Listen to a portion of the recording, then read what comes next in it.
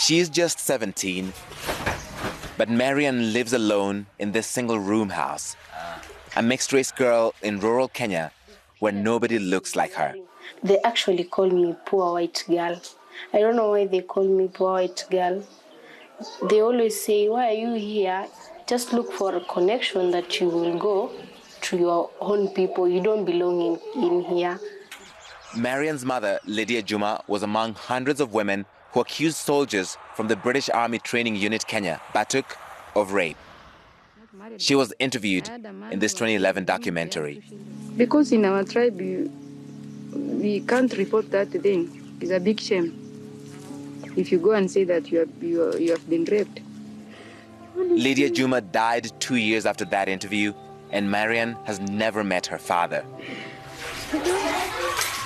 She has to fend for herself in a society that ostracizes her. You have not lost hope of finding your father someday? No, I've never lost hope. Mixed-race children keep being born in the remote villages where the British Army trains in Kenya.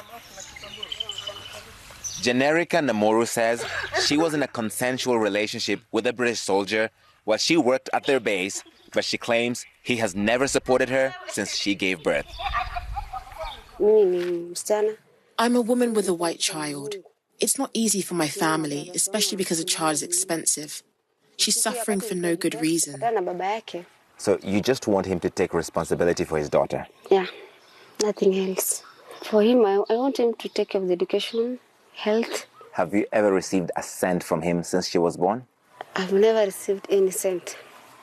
Generica is jobless and says she has unsuccessfully tried to petition local authorities and the British Army to find her ex-boyfriend. The British High Commission told CNN it cooperates with local child support authorities in paternity claims. But the Kenya National Commission on Human Rights says the UK government has made no effort to hold soldiers accountable in such cases. These children really deserve British citizenship. They're British kids. Their fathers were British. So the British government is just not interested in resolving these cases? We don't think they are interested. We call it BBBB, British boys behaving badly. The UK pays Kenya about $400,000 a year to allow up to 10,000 British soldiers to train in the country. Kenya renewed the 5-year deal in 2021 despite opposition from some local groups, lawmakers, and human rights defenders. We have also had cases where these women and people who have reported have been intimidated. So there is a conspiracy to make sure that justice does not happen for these women. Allegations of rape and other crimes, including murder, by British soldiers in Kenya date back to the 1950s. These elderly women accused Batuk officers of rape in the 70s and 80s in a landmark case in London over 20 years ago. Ntoye Lenkanan says she was one of them. I was going to fetch water when I was ambushed by a group of British soldiers who were hiding in the grass near the river. One of them grabbed me and raped me.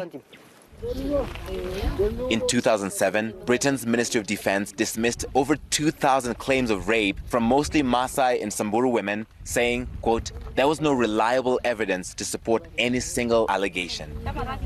The government in Nairobi lost the case files without explanation. A Royal Military Police investigation concluded that most of the Kenyan evidence appeared to have been fabricated. One Kenyan official called it a cover-up. They did not conduct DNA tests on any of the 69 mixed-race children alleged to have been born as a result of rape by British soldiers. Lawyer Kelvin Kubai is working to reintroduce the case in Kenyan courts. 17-year-old Marian will be the lead plaintiff, taking up a fight her mother didn't win in her lifetime.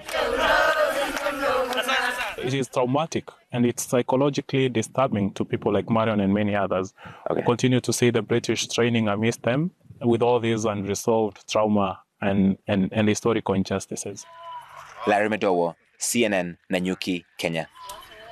And the British High Commission told CNN that it takes all allegations raised by the community seriously and it ensures thorough investigations. It added that all sexual activity which involves the abuse of power is prohibited.